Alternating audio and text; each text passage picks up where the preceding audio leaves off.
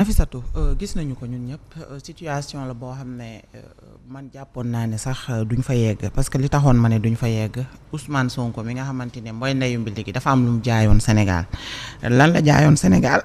mooy ne boo seetloo li ñuy wooye système ñoom régime yi nga xamante ne peut-être ñoom ñoo fi nekkoon bien avant ñoom dafa jaay askanu Sénégal ne régime yooyu dañu daan salfaañee li nga xamante ne mooy suñu ay textes yi nga xam ne ñoo régir suñu ay constitution suñu ay institutions autant pour moi te textes yooyu le fait que nga koy violer loolu dafay dëggal ni bëggoo réew mi mais sa bopp nga bëgg à chaque fois da ngay fexe def loo xam ne dafay tax yow ngay nekk tout le temps au-dessus su ko defee li nga xamante ne peut-être moom moo war a am réellement doo ko respecter et loolu bokk na ci li taxoon moom mu jug taxaw jaay askanu Sénégal ne moom mooy la personne bi nga xamante ne moom mooy ñëw jëlee fi loolu yépp donc tey bu ñu dundee situation bi ak moom mi nga xam ne dafa am lu mu ñu jaayoon c'est vraiment déplorable sincèrement parce que même bu waa Pastef ak ay ñoñom yépp taxawoon ne ko dañ lay réintégrer waat Assemblée nationale moom mu jël temps am lire les textes xam li nga xamante ne mooy date bi mu bàyyi woon date bi mu tegoon siège am xaw ma démission la xaw ma suspension je sais pas que ancien code règlement intérieur bu Assemblée nationale prévoirul benn yoon fu ñuy suspendre mandat de député pour ensuite revenir donc moom si boppam waroon naa mën a taxaw am honnêteté bu toll ni ne wax dëgg yàlla lii mënuñu ko def nañu bàyyi ñu jaar fi nga xam ne mooy yoon bu baax bi parce que quoi qu'on puisse dire ak loo mënti am nga respecter li nga xamante ne moom mooy say lois et règlements yi ñu xam ne moom la ñu tëral sa réew da ci am solo donc ce qui est fait est déjà fait le reste nag mooy on attend le grand arbitre kan la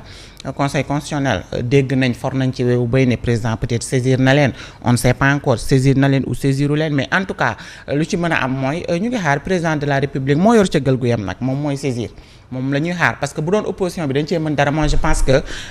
ñoom itamit dinañu def la ñu war a def mais actuellement vu la situation ñu ngi leen di xaar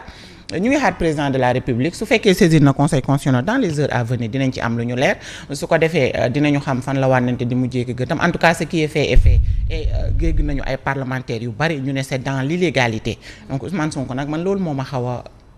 déranger ci mbir mi le fait que moom mu dox dans l'illégalité moom mu nangu li ni mel franchement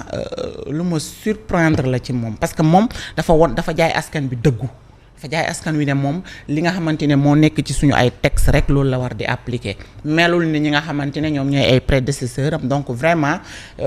amoon yaakaar ne dina doxalin bii mu doxalee. et puis doyen xëy na foofu mooy aversion au Sénégalais yu bëri mooy ci inégalité bi nga xamante ne nii moom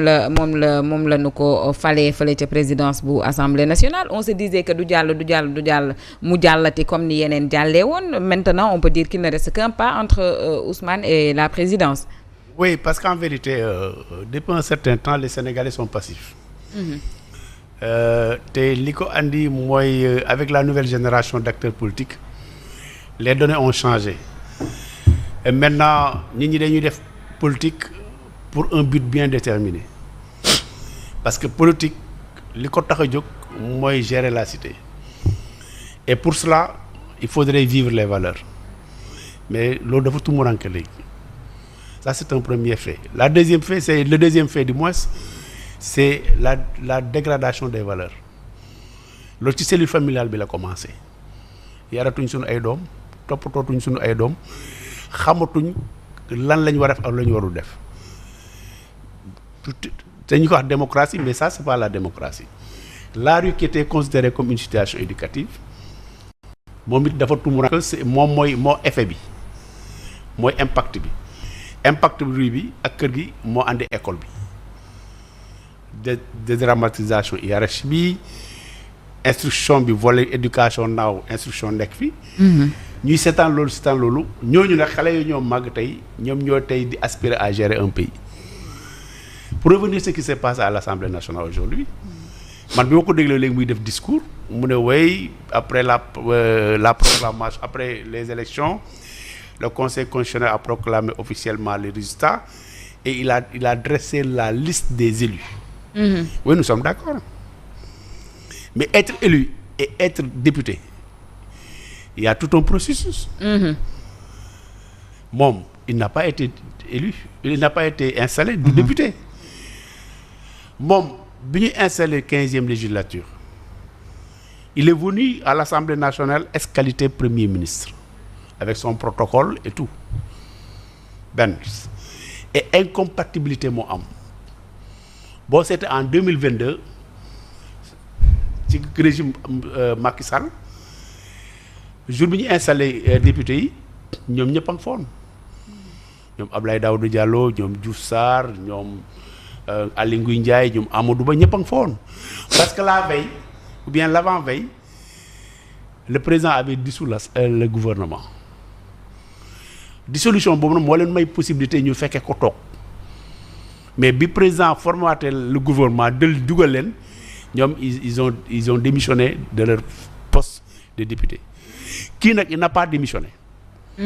Donc il n'a pas été installé parce que Ousmane Sonko amul pils 15e législature keroog bi ñu koy doog a créé amu ko woon xëy na tey dina ko am amuloon écharpe amuloon yeneen possible faveur yi. Il n'a pas été installé. parce qu'il n'a pas été installé il n'a pas été considéré comme député. ah kooku nan lañ la mën a réintégrer c'est ça la grande question d'ailleurs. la deuxième erreur mooy tey il est venu en tant que premier ministre sortant il n'a pas encore fait la passation de service. D'ailleurs sax ñu may attirer sama attention même aide de camp la àndal. ah oui. waaw léegi c'est le premier ministre qui est encore député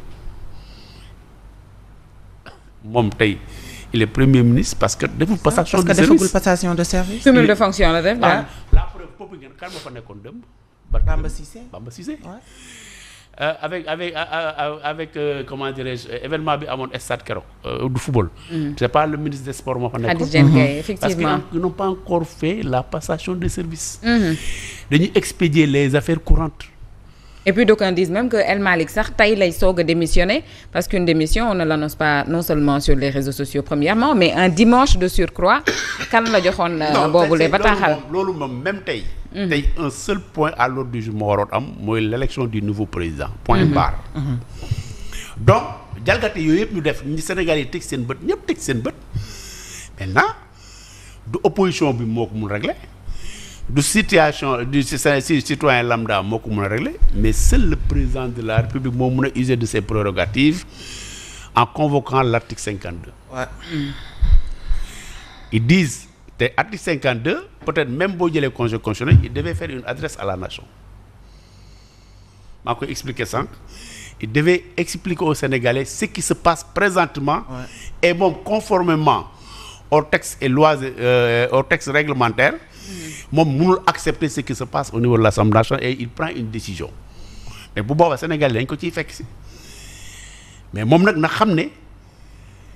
maintenant Sénégal yëpp ubbi nañ seen bët toog di ko xool monde bi yëpp ñu ngi ubbi seen bët toog di ko xool. Comment il va réagir par rapport à cette situation là parce que c'est un non-député qui dirige maintenant des députés loolu amul fenn ci monde bi Sénégal rek la am. waaw te boo dégloo discours bi déjà. Il est dans la peau d'un parce que quand il dit on ne doit plus accepter que le régime n'est un régime super présidentialiste. Cela vous dit tout.